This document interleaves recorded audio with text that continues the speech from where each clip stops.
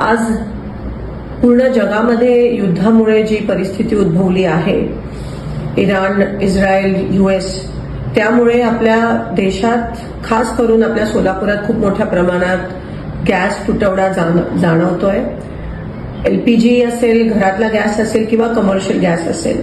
आज लोकांच्या रांगा लागल्यात गॅस एजन्सीच्या बाहेर.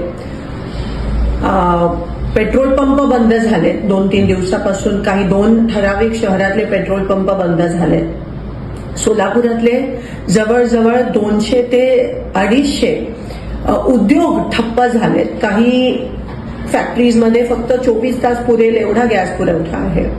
केंद्र शासनाने ऑर्डर काढली आहे की कमर्शियल गॅस बंद करा, म्हणजे एलपीजीचा तुटवडा नसायला पाहिजे ह्या कारणामुळे.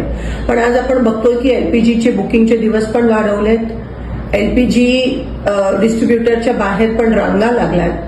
मला एवढीच विनंती करायची आणि प्रशासनाला, सोलापूर खास करून प्रशासनाला सांगायचं आहे की नेमकं प्रत्येक एजन्सीकडे किती दिवसाचा गॅस पुरवठा आहे, किती दिवस चालेल, असा काहीतरी स्पष्टीकरण प्रशासनाकडून आलं पाहिजे. मला इतर जिल्ह्यांचं माहित नाही, पण सोलापूर प्रशासनाकडून तरी आम्हा लोकांना ही अपेक्षा आहे. आज एक कळत नाहीये, काही टांगती तलवार सगळ्यांच्या ग्राहकांच्या डोक्यावर आहे, लोकांच्या डोक्यावर आहे. म्हणून प्रशासनाने ताबडतोब माहिती तरी द्यावी की तुमच्याकडे किती गॅस साठा पुरवठा आता बाकी आहे, LPG किती आहे प्रत्येक एजन्सीकडे, ह्याची माहिती द्यावी.